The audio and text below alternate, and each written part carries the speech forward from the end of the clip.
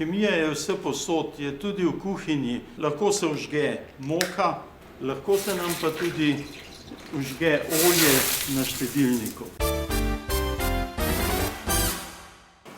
Wow, kakšna strupena barva. Kaj pa gre pri tem eksperimentu? Kaj je v bistvu? Tukaj imamo napravo za destiliranje, notri je vodovodna voda. Hlapi vodovodne vode pridejo v hladilnik, kjer so tekočine, a ven pa dobimo destilirana voda. A to vodo lahko potem pijemo? Ni glih priporočljivo. Ja, to je res destilacija. To je sicer proces, ki se uporablja za čiščenje in prečiščevanje snovi. Tale voda pa sicer bi bila pitna, bi morala biti tudi čaša precej čista. Kaj so pa še sicer osnovna področja dela kemijskega tehnika? Lahko so zaposleni v različnih laboratorijih, lahko delajo v industriji, v raznih obratih, vodijo naprave ali procese. Tukaj pri nas, tole, kar zdaj vidimo, je pa bolj delo, ki spada v kemijske analizne laboratorije. Aha, analizne. Zelo različna področja imamo, tudi zelo različne analize in tehniki so lahko povsod zraven. Kaj pa poleg prakse, kako sicer poteka šolanje, če se naučijo, koliko časa traja? Šolanje traja 4 leta, pač normalna srednja strokovna šola. Naučijo se kar precej kemije, kar precej, tudi nekaj splošnih stvari, veliko imamo pa tudi praktičnega pouka. A take prakse imate samo v šoli ali dejansko hodite kam v podjetja?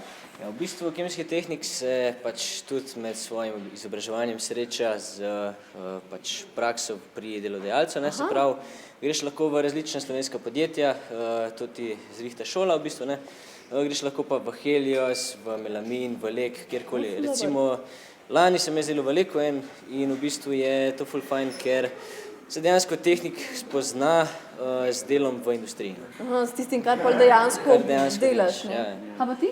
Isto. Kaj isto? V Leku so bile sodelavce. Aha, zelo. Kaj mi boš pa pokazal?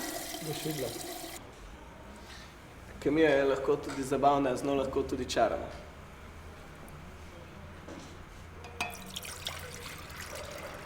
Ja, res je, Lenart. Če bi vi tole naredili v srednjem veku, bi vas takoj proglasili za čarovnika.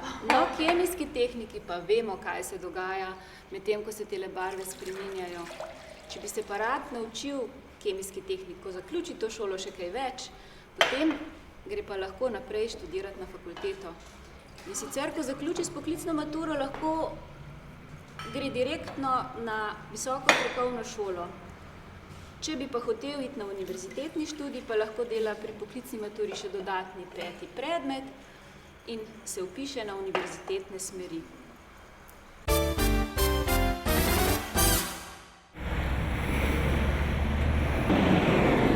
To so aparature, na katerih so se učili dijaki že pred mnogo leti. Naša šola ima dolgo tradicijo. Leta 1947–48 so se k nam vpisali prvi kemijski tehniki in vse od takrat so te aparature seveda za sodobno analitiko postale neuporabne. Mi smo pa mnenja, da je prav, da jih shranimo, ker predstavljajo del zgodovine in tudi del kemije. Ful je pomembna varnost v laboratoriju, zato moraš imeti haljo, očala.